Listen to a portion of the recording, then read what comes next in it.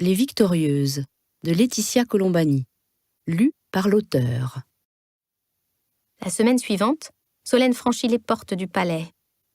Le petit groupe de femmes africaines est installé au même endroit que la dernière fois. Elles boivent le même thé et des visages Solène du même air indifférent. Celle-ci hésite. Elle marque un temps et, prenant sur elle, s'approche pour les saluer.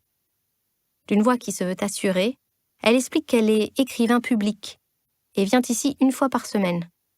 Si certaines d'entre elles ont besoin d'aide pour rédiger des lettres ou des courriers, elle sera ravie de les aider. Les femmes ne réagissent pas. Solène se demande même si elles ont entendu ce qu'elle a dit. Elles échangent quelques mots dans une langue qu'elle ne comprend pas, avant de faire un signe de la tête. Puis elles reprennent leur conversation comme si de rien n'était. Solène reste les bras ballants. C'est fait. Elle s'est présentée. Elle s'éloigne vers les tables disponibles. Elle ne va pas se mettre dans un coin comme la dernière fois, mais s'installer au milieu du foyer. Ainsi, tout le monde la verra.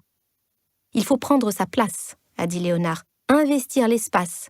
Savoir s'imposer. » Solène a déjà entendu ce genre de baratin au cabinet.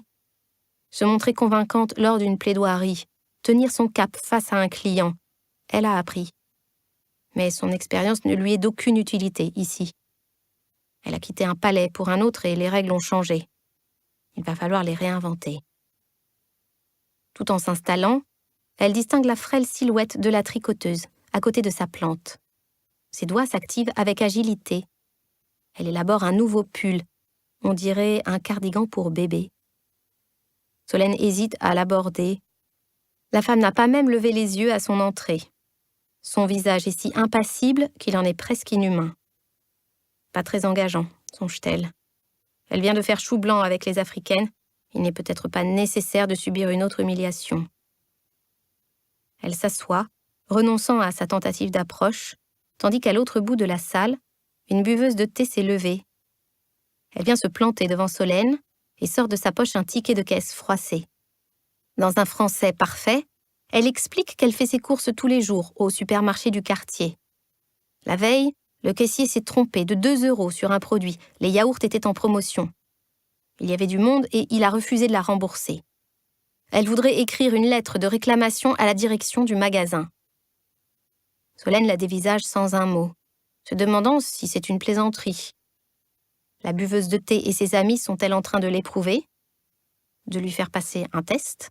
Une sorte de bizutage? Une lettre pour 2 €?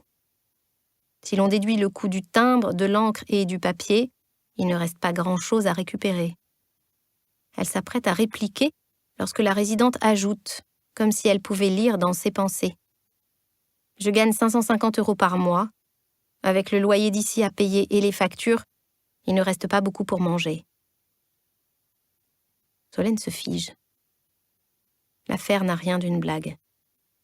La situation se résume en 3 lettres qui viennent la gifler. RSA. Un sigle abstrait qui s'incarne brutalement. Avec son revenu annuel à 6 chiffres, Solène n'y est pas préparée. Elle se sent honteuse, minable d'avoir pensé que cette femme voulait la tester.